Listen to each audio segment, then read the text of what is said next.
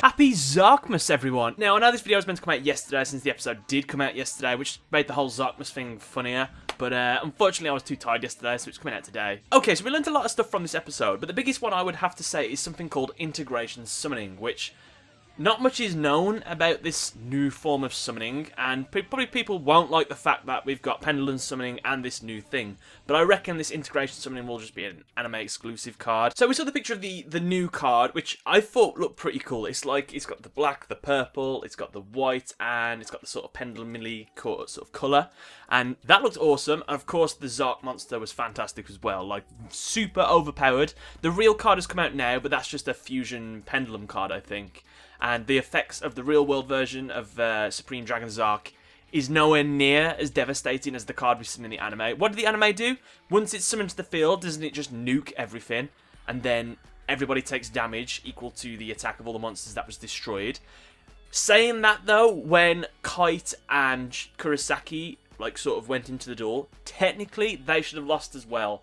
So that's a bit up in the air. And you can kind of see where this is going as well. The fact that the two fusion users started first, so they've attacked and they've lost, and then the two Xyz users are going to come.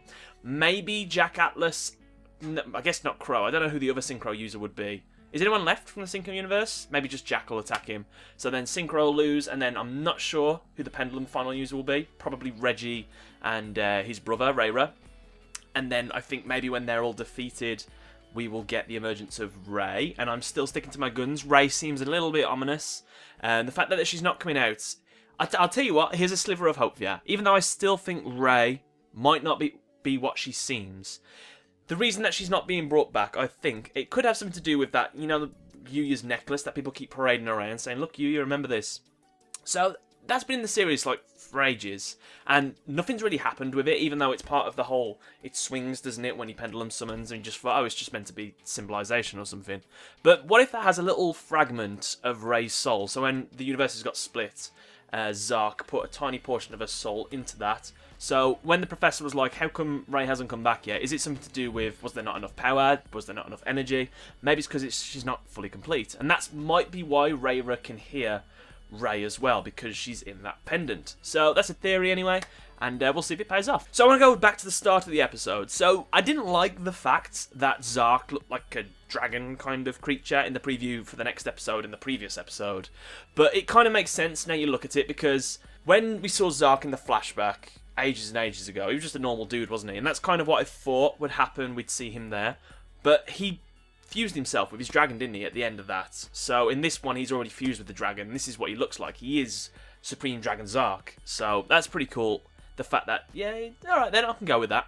His design, I think, looks okay. You can sort of see, the bottom half looks like Yuya, then his feet are all mangled, and then, his upper half is all sort of dragon, demonic. But you can see, he's kind of like an amalgamation of all the other previous bad guys from the series. It's mainly GX I can see in him. So he's got the yellow eyes, which are very similar to the Supreme King from Yu-Gi-Oh! GX. His two pendulum monsters that he used on the field were Zero and Infinity. Very similar to what Darkness used, because he had the cards Zero and Infinity, and everything in between would activate. So I thought these are little throwbacks to those kind of things. If you guys spotted anything else to do with other bad guys, of course his name's Zarc. It's very similar to Zorc, so yeah, there's all these different things. As for Zarc's personality, now, I was a little tiny bit let down by it, because he's kind of like a stoic, doesn't really say much kind of guy. However, you can definitely see that he enjoys dueling, and when it's his turn, he's excited to do his moves, because obviously, he wants to entertain, he wants to absolutely wreck and destroy people, he wants destruction.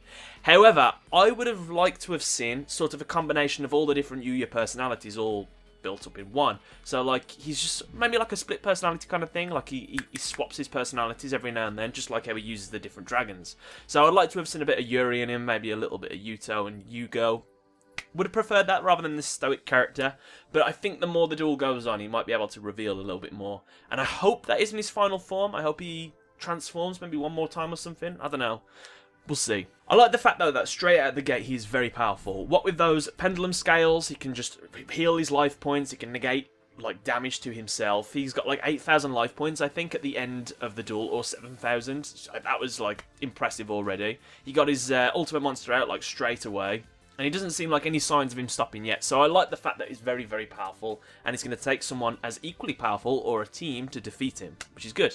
I'm still hoping for all the Yuyas to fight him somehow in his like mind dimension, but we'll see if that happens. Poor Sora, he tried to use the pendant and he purposely took some damage by destroying a pendulum monster, and he was trying to sort of create a scenario that had happened before between him and Yuya, but unfortunately had absolutely no effect. And this is kind of where my only issue with the episode really comes in, is the animation. When you compare it to last week's episode, where everything looked fantastic, shadows were great, everyone was moving fluidly, this one you could definitely see it wasn't as up to stuff as the previous one.